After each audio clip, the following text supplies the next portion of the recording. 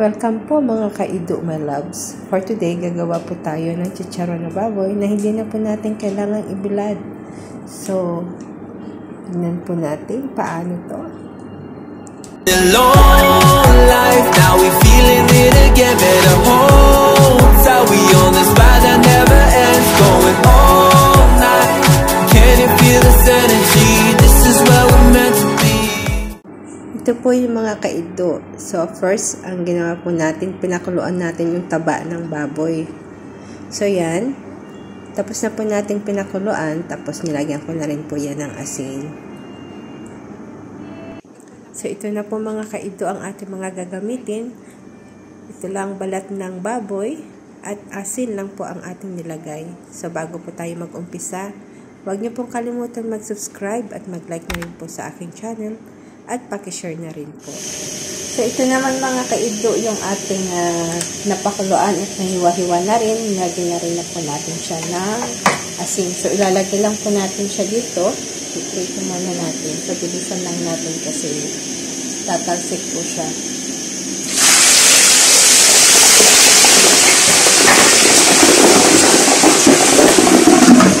So, kailangan po natin takpan. Mahirap po yung magluto talaga ng chicharong baboy. So, kailangan natin yung takpan kasi grabe po yung talsik ng chicha.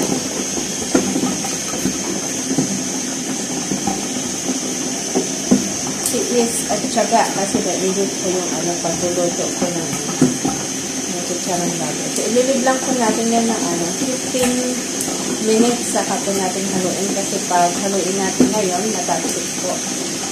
Tapos na po yung 15 minutes pero pumuputok-putok pa rin. So, buksan po natin.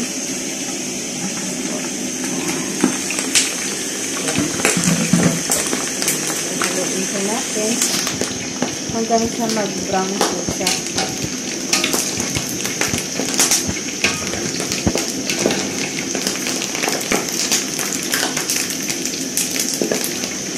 Okay lang po yung pagkadikit-dikit siya kasi pag niwalay hindi naman din sa mamaya. So, hindi sila forever kasi mag-niwalay na.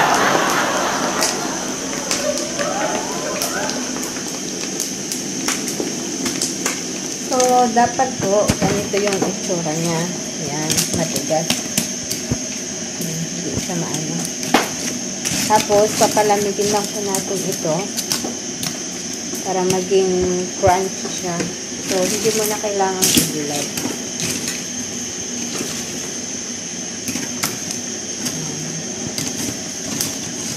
So, pag malamig na po ito, saka naman natin siya i-luluto. Ayan. Ayan po, matigas po siya. Hindi mo yan makakagat parang bato.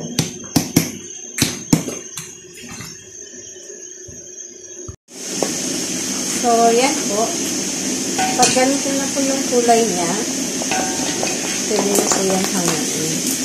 Kunti lang po nilalagay ko kasi pag maramihan, mas matagal po siya. Mag-take time po siya ng 2 hours.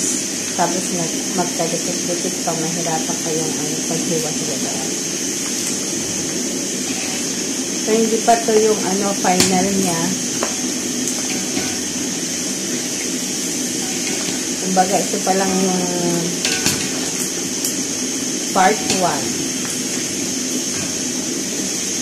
Mahirap pong magluto ng ng chicharong baboy.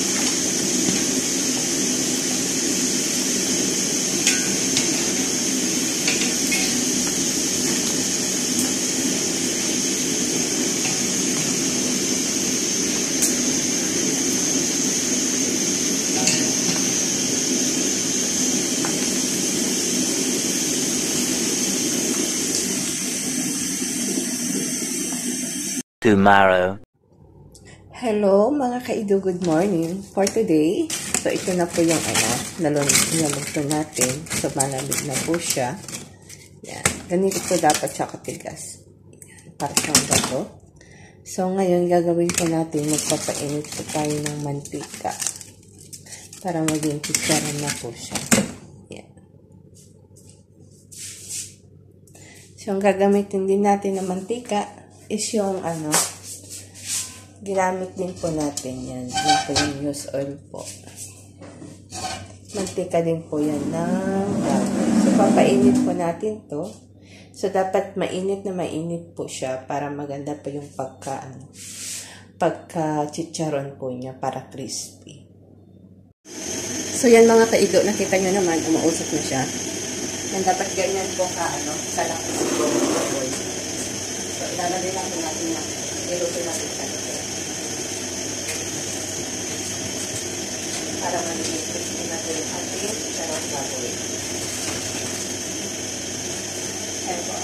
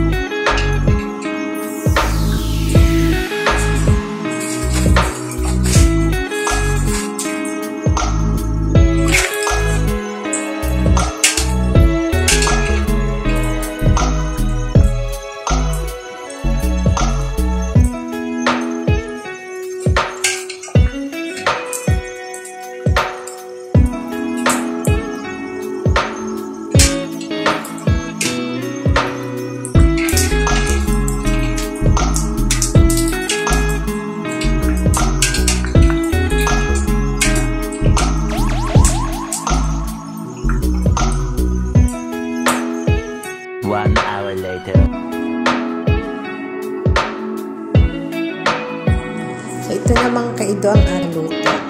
Yan. Ito na yung ating crispy baboy na chicharon. Tapos gagawa naman tayo ngayon ng kanyang sausawan.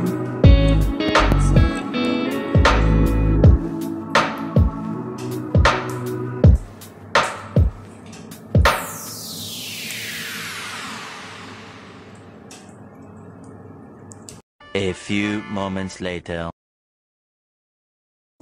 So, ito na mga kaido yung mga ingredients ng sausawan.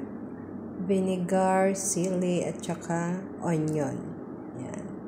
Tapos, lalagyan din natin yan ng asin, paminta, para halo-halo po siya. Yan lang po yung ingredients. So, tikman nyo na lang po kung tama po yung nilagay po natin na asin. Tsaka yung ilalagay po natin ng paminta. Depende po yan kung gusto nyo po ng maanghang o hindi po siya maanghang. So, wag nyo pong lalagyan ng sili. So, paghalu-haluin lang po natin ang lahat ng mga ingredients, mga kaido. Yan. Sana po ay nakatulong po sa inyo. Konting negosyo. Pwede nyo pong gawing negosyo po ito. And then, yan, i-refill lang po natin ang ginawa po nating suka para sa ganun, pag nagpack na po tayo, ay isahan na lang po dun sa chicharon, mga kaido.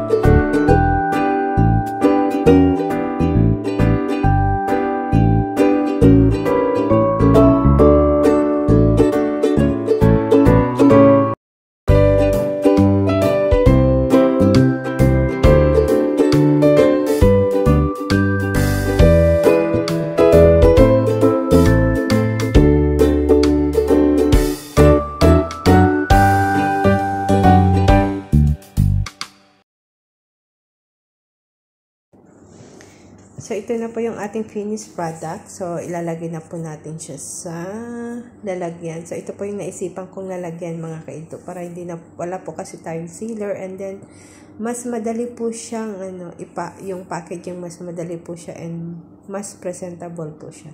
So, yung suka, nasa gitna na po siya. So, all in one. Yan. Maganda po yung lalagyan. Hindi na po tayo mahirapan. Yes po. Para maganda naman po sa mga bibili na mga customer pa natin. Thank you so much, mga kaido.